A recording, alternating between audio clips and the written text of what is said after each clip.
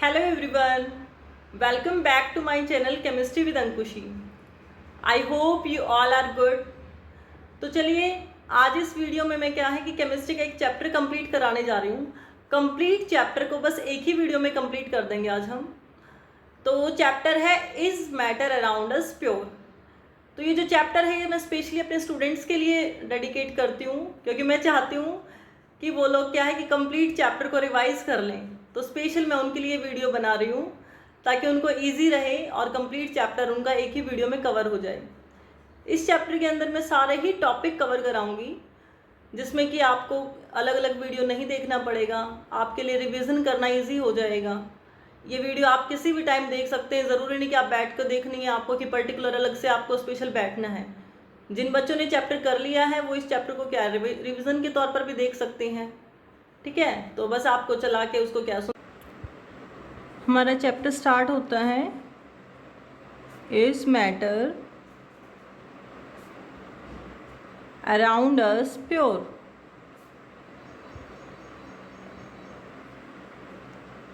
तो सबसे पहले हमें पता होना चाहिए कि मैटर क्या है। So what is matter? Matter is anything, कोई भी चीज़ आपके चारों तरफ है, that occupy space and has मास, जिसको रखने के लिए किसी स्पेस की ज़रूरत होती है और जिसका कुछ ना कुछ मास होता है, उसको हम क्या कहेंगे? मैटर। ओके, लाइक ये पेन है, ये मैटर है, मेरे पास पेंसिल है, ये भी मैटर है। तो आपको जो भी चीज़ें दिखाई देती हैं अपने चारों तरफ, वो सब क्या है? वो मैटर है। एयर भी क्या है? एयर भी मैटर है। क्यों है एयर मैटर? क्योंकि हवा भी किस चीज़ से बनी हुई है? हवा भी पार्टिकल से बनी हुई है। ठीक है। पानी है, पानी भी मैटर है। क्यों है मैटर पानी? क्योंकि पानी है, पानी के अंदर भी क्या होते हैं? पार्टिकल होते हैं, उसको भी रखने के लिए जगह की ज़रूरत होती है और उसका भी कुछ ना कुछ मास होता है। तो कोई भी चीज़ जिसका कुछ ना कुछ मास होता है और जिसको हमें रखने के लिए स्पेस की ज़रूरत होती है, उस सब को हम क्या कहेंगे? मैटर। अब ये कोई ज़रूरी नहीं है कि उसको रखने के लिए ज़्यादा स्पेस की ज़रूरत है या कम स्पेस की ज़रूरत है। ठीक है, वो कितना ही भी हो सकता है, ज़्यादा हो कम हो, ठीक है, वो मैटर नहीं करता है। लेकिन अगर किसी भी चीज़ को रखने के लिए स्पेस की ज़रूरत है और उसका कुछ ना कुछ मास है, तो उसको हम क्या कहेंगे? मैटर। हमारा नेक्स्ट वर्ड है pure. So what is the meaning of pure? Pure का मतलब क्या है? Which is made up of same kind of particles. Okay, made up of same kind of particles. तो जो सिर्फ एक जैसे पार्टिकल से मिलके बनता है, उसको हम क्या बोलेंगे? उसको हम बोलेंगे प्योर सब्सटेंस। ठीक है, जैसे तो हम बात करें वाटर की।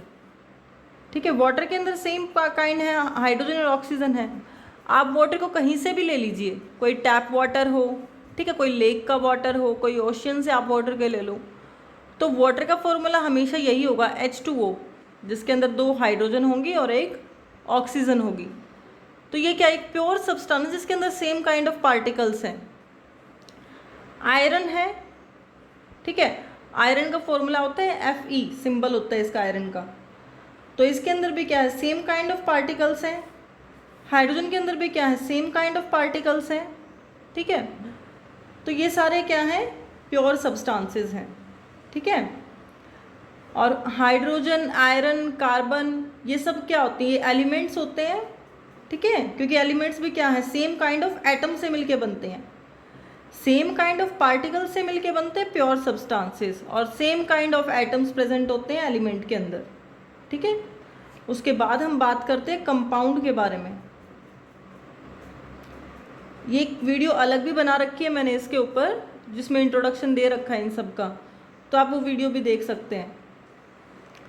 तो कंपाउंड क्या होते हैं? जिसमें 2 या 2 से ज़्यादा एलिमेंट्स को कंबाइन किया जाता है और एक फिक्स रेशो के अंदर कंबाइन किया जाता है। अब इसका क्या मतलब है? अभी जैसे मैंने बोला कि आयरन भी एक एलिमेंट है, ठीक है, हाइड्रोजन भी एक एलिमेंट है, ऑक्सीजन भी एलिमेंट है, दीज ऑल आर एलिमेंट। ठीक है। तो और बहुत सारे एलिमेंट हमारे नेचर के अंदर, तो जब डिफरेंट डिफरेंट एलिमेंट मिल जाते हैं तो उससे क्या बनता है, कंपाउंड बनता है। जैसे अभी हाइड्रोजन और ऑक्सीजन जब मिलते हैं तो एक बहुत ही सिंपल रिएक्शन है कि इन दोनों के मिलने से क्या बनता है, वाटर बनता है। ठीक है, तो वाटर किस किस के मिलने से बना, हाइड्रोजन के और ऑक्सीजन के मिलने से बना। और इनकी देखो रेशियो भी फिक्स है। ठीक है, रेशियो फिक्स होने का मतलब क्या है कि अब वाटर को कहीं से भी अगर हम लेंगे तो यही फॉर्मूला रहेगा। हाइड्रोजन का मास 1 होता है, लेकिन यहाँ पर 2 हाइड्रोजन है तो इसलिए 2 हाइड्रोजन का मास कितना हो गया, 2। ऑक्सीजन का मास कितना होता है, 16। तो अगर इसकी रेशियो हम निकालें तो क्या आ जाएगी, रेशियो आएगी 1:8। हाइड्रोजन और ऑक्सीजन की जो रेशियो है वाटर के अंदर वो कितनी आएगी, 1:8। तो ये रेशियो क्या है, ये फिक्स है ना। ठीक है, तो इसी को हम बोलते हैं कि जब एलिमेंट्स कंबाइन होते हैं कंपाउंड फॉर्म करने के लिए तो उनकी रेशियो क्या होती है, फिक्स होती है। ठीक है, जैसे एक और एग्जांपल लेते हैं, कार्बन डाइऑक्साइड का एग्जांपल लेते हैं। ठीक है, कार्बन का मास होता है 12, ऑक्सीजन का मास होता है 16, लेकिन हमारे पास कितनी ऑक्सीजन है, यहाँ पे 2 ऑक्सीजन है, इसलिए 2 ऑक्सीजन का मास कितना हो गया, 32। जब इसको हम डिवाइड करेंगे तो 4 3 जा 12, 4 8 जा 32। तो रेशो कितना आया, 3:8। तो जब कभी भी CO2 लिखा जाएगा तो उसका रेशो क्या है, उसका रेशो फिक्स है, 3:8। तो ये है मतलब कि कंपाउंड जब बनते हैं तो एलिमेंट्स क्या है, एक फिक्स रेशो के अंदर कंबाइन होते हैं। ठीक है, अब एक वर्ड आता है हमारे पास मिक्सचर।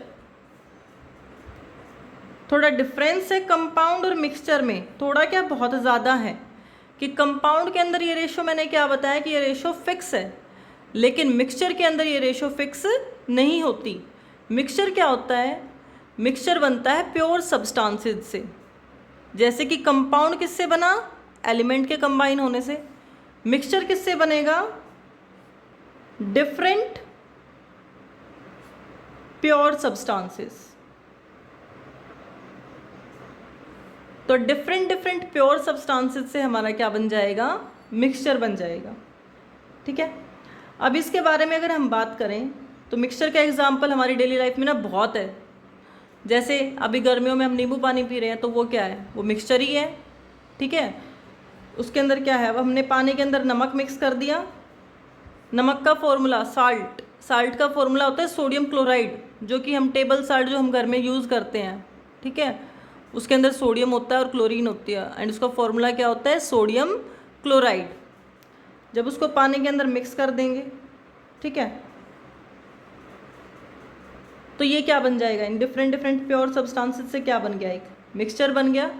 ठीक है, ये सॉल्ट सॉल्यूशन बन गया और ये क्या है, एक मिक्सचर है। ठीक है, अब एक चीज़ देखो, यहाँ पे हमने रेशो फिक्स किया था, क्या यहाँ पे नमक का और पानी का रेशो फिक्स थोड़ी है, क्योंकि अब वो तो हमारे ऊपर डिपेंड करता है कि हमने उसके अंदर आधा चम्मच नमक डाला है या हमने उसके अंदर फुल स्पून नमक डाला है। ठीक है, तो इसके अंदर कोई भी रेशो फिक्स नहीं है। तो ये डिफरेंस है मिक्सचर और कंपाउंड में कि कंपाउंड के अंदर एलिमेंट का रेशो फिक्स होता है, लेकिन मिक्सचर के अंदर जो प्योर सब्सटेंसेस होते हैं उनका रेशो फिक्स नहीं होता। ठीक है, तो this is the difference between two. उसके बाद अभी बता देती हूँ उनके डिफरेंसेस भी मैं, क्योंकि ये भी गिवन है बुक में। आप देखोगे एक टॉपिक है कि difference between compound and mixture, कि कंपाउंड के अंदर रेशो फिक्स है, मिक्सचर के अंदर रेशो फिक्स नहीं है। कंपाउंड के अंदर जिस चीज़ से वो मिलके बना हुआ है उसकी प्रॉपर्टी नहीं होंगी।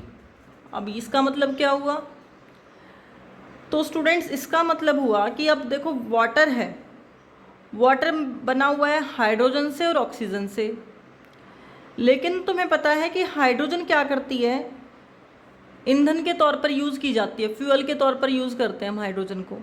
ठीक है, और ऑक्सीजन क्या करती है, कंबशन में हेल्प करती है। ये कंबस्टिबल है और ये कंबशन में हेल्प करती है। लेकिन सबको पता है कि पानी क्या करता है, आग बुझाता है ना, फायर एक्सटिंग्विशर है। तो इसकी प्रॉपर्टी क्या है, इन दोनों से टोटली डिफरेंट है।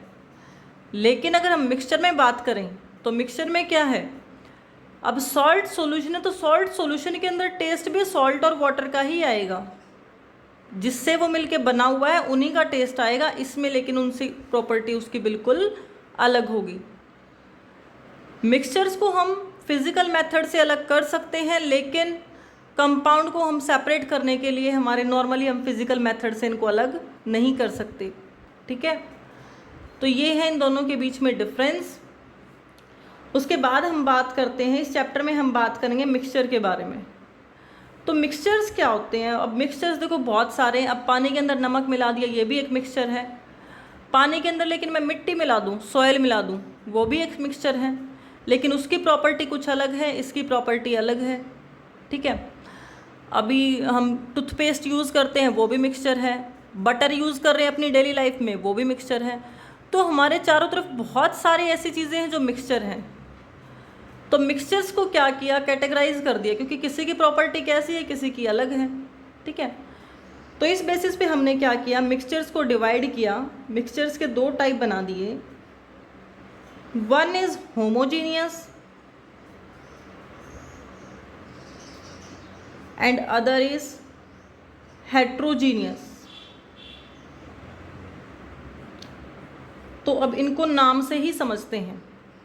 What is the meaning of homo? Homo का मतलब क्या है? जितना आप चीज़ों को उनके नाम से रिलेट करोगे उतना ही आपको अच्छे से क्लियर होंगे वो। होमो मीन्स सेम। ठीक है, तो जिसमें सेम कंपोजिशन होती है, जिसमें यूनिफॉर्म कंपोजिशन होती है। और हेट्रो मीन्स डिफरेंट।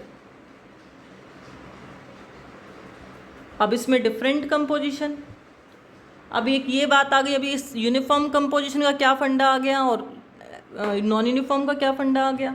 चलो क्लियर करते हैं इसको भी। अब होमोजीनियस में है यूनिफॉर्म कंपोजिशन, मतलब क्या है, अगर पानी में आपने नमक डिसॉल्व कर दिया, ठीक है, या भी सब नींबू पानी हम घर पे बना ही रहे हैं, गर्मियाँ चल रही हैं, तो नींबू पानी में ऐसा तो नहीं ना कि जिसके पास पहला ग्लास गया उसको ज़्यादा अच्छा मिलेगा, ठीक है, जिसके पास लास्ट में बॉटम वाला डला उसको अच्छा नहीं मिलेगा, उसको फीका वाला मिलेगा, ऐसा तो नहीं है।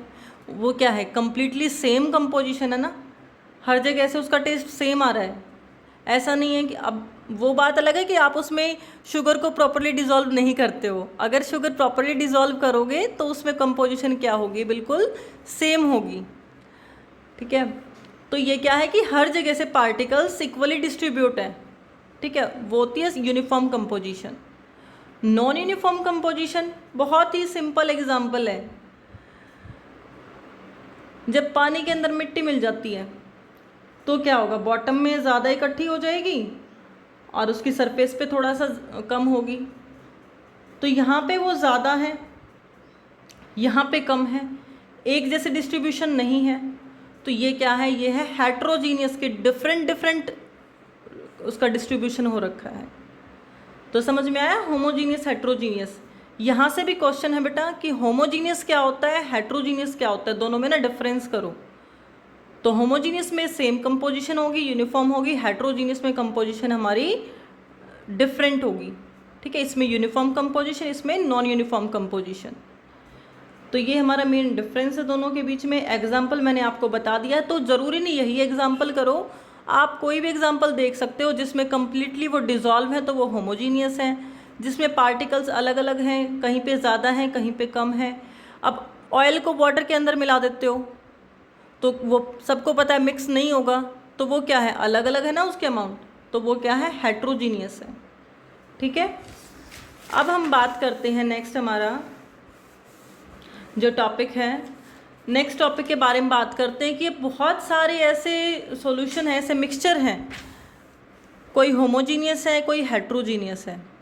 तो उस बेस पे हमने क्या किया, उनको डिवाइड कर दिया मिक्सचर्स को। तो होमोजीनियस हेट्रोजीनियस में डिवाइड किया। अब जो होमोजीनियस हैं वो कौन कौन से हैं, जो होमोजीनियस है उनको हम बोलते हैं, वो कौन से मिक्सचर हैं, वो है सॉल्यूशन। ठीक है, और जो हेट्रोजीनियस है,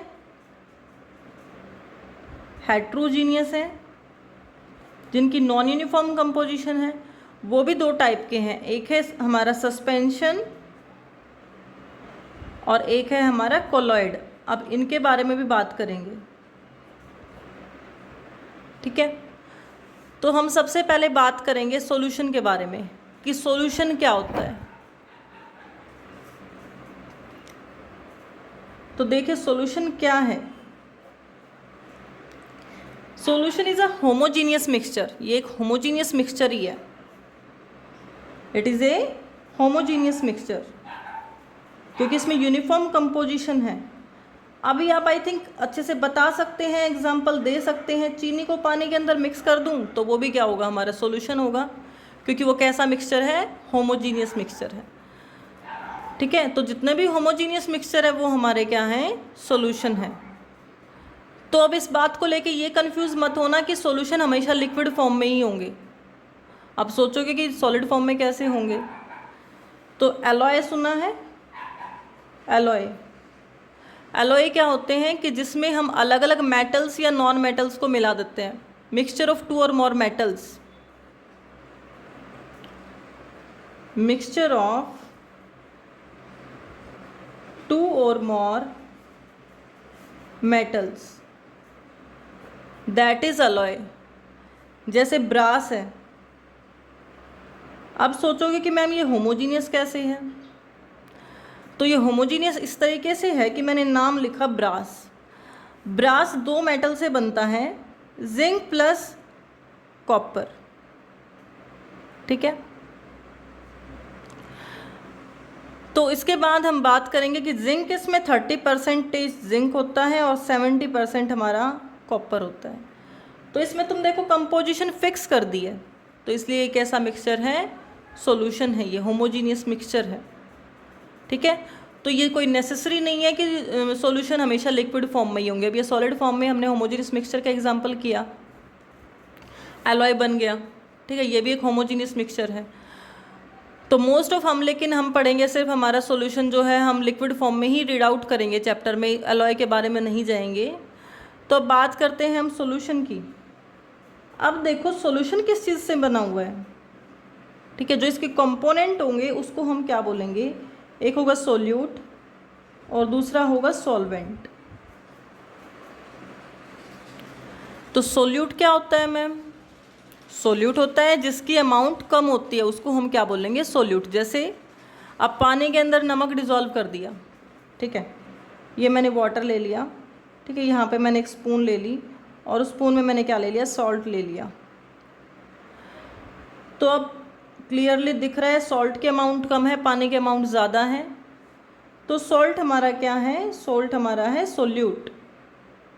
तो जिसकी अमाउंट कम होती है, लेसर अमाउंट होती है, लेसर क्वांटिटी जिसकी होगी सॉल्यूशन के अंदर, उसको हम बोलेंगे सोल्यूट। और जिसकी क्वांटिटी ज़्यादा होगी, मोर क्वांटिटी में जो प्रेजेंट होगा, वो हमारा होगा सॉल्वेंट। तो अभी इसमें देखें तो सॉल्वेंट क्या है, सॉल्वेंट इसमें हमारा वाटर है, वाटर क्या है इसमें, सॉल्वेंट। और एक चीज़ और बता देती हूँ मैं आपको यहाँ कि वाटर जो है वो यूनिवर्सल सॉल्वेंट कहलाता है। क्यों कहलाता है यूनिवर्सल सॉल्वेंट, क्योंकि ये बहुत सारी चीज़ों को अपने अंदर डिज़ोल्व कर लेता है, इसलिए हम इसको यूनिवर्सल सॉल्वेंट भी बोलते हैं। तो एमसीक्यू में आ जाए कि नेम अ यूनिवर्सल सॉल्वेंट, मतलब ऑप्शन दे दे तो उसमें वाटर आएगा, तो वाटर क्या है, यूनिवर्सल सॉल्वेंट है। सोल्यूट क्या होता है, जो सॉल्वेंट के अंदर डिजॉल्व होगा, the component which dissolves into other component, जो दूसरे के अंदर डिजॉल्व होगा दैट इज सोल्यूट। और जो अपने अंदर डिजॉल्व करेगा, जैसे कि वाटर ने शुगर को या सॉल्ट को डिजॉल्व किया, तो वो क्या होगा, सॉल्वेंट। सोल्यूट जो दूसरे में डिजॉल्व हो और जो अपने अंदर डिजॉल्व करे उसको हम क्या बोलेंगे, सॉल्वेंट। एक और इम्पोर्टेंट क्वेश्चन आता है यहाँ पे 1 मार्क्स में ही, what is tincture of iodine.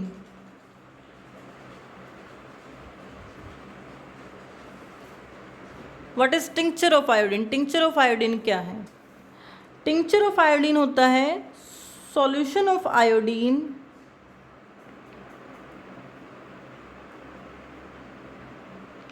Iodine in alcohol, कि एल्कोहल के अंदर जब हम आयोडीन को मिक्स कर देते हैं तो उसमें आयोडीन की अमाउंट कम होती है, एल्कोहल सॉल्वेंट होता है, तो उसको हम क्या बोलेंगे, टिंक्चर ऑफ आयोडीन। तो आई होप आप सबको यहाँ तक समझ आ रहा होगा। तो अभी वीडियो ख़त्म नहीं हुई है, अभी आगे तक आपको करना है, तो पेशेंस बनाए रखिए, ठीक है। आपको गर्मी लग रही तो अपना बीच में जाके पानी वगैरह पी सकते हैं, बोर नहीं होना है बिल्कुल भी, चैप्टर को कंप्लीट ही करना है। अगर वीडियो ज़्यादा लेंथी हो गई, अपलोड नहीं हुई, तो आपको इसका दूसरा पार्ट भी साथ साथ ही मिल जाएगा। Properties of solution. अब देखिए क्यों पढ़ रहे हैं हम प्रॉपर्टीज ऑफ सॉल्यूशन को। अभी कोई भी चीज़ पढ़ रहे हैं तो उसके बारे में कंप्लीट नॉलेज तो लेंगे ना, कि सॉल्यूशन क्या है, हमने बता दिया अभी वो इस चीज़ से बना हुआ है। तो सॉल्यूशन की क्या क्या ऐसी प्रॉपर्टी हैं, क्या क्या उसके पार्टिकल्स हैं, ठीक है। तो अब अपने माइंड में इमेजिन रखिए, जैसे हमने ले लिया वाटर के अंदर शुगर या सॉल्ट डिसॉल्व कर दिया, तो उसको माइंड में रख के अपने आप ही प्रॉपर्टी आ जाएंगी। जैसे सबसे पहले तो हमने डेफिनेशन में ही लिखा था ये कैसा होता है, होमोजीनियस होता है, ठीक है, कि वो कंप्लीट के अंदर वो डिसॉल्व होगा,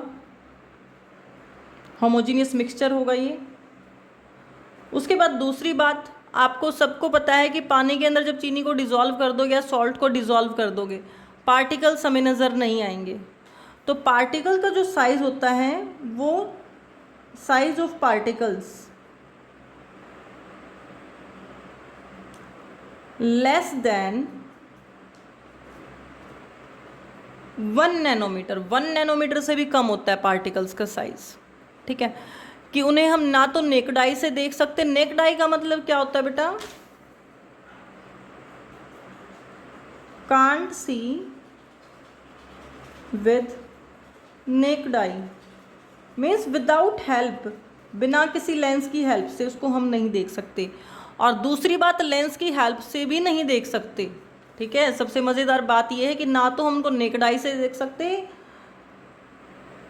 not with ultra microscope, ultra microscope से भी नहीं देख सकते। अल्ट्रा माइक्रोस्कोप क्या करता है कि छोटे पार्टिकल्स को ना बड़ा करके दिखाता है, लेकिन हम सॉल्यूशन के पार्टिकल्स को ना नेक्ड आई से देख सकते हैं, ना ही अल्ट्रा माइक्रोस्कोप से देख सकते हैं। पार्टिकल्स का साइज़ क्या होता है, बहुत ही ज़्यादा छोटा होता है, ठीक है। उसके बाद अगर हम बात करें इसमें, तो इतना छोटा साइज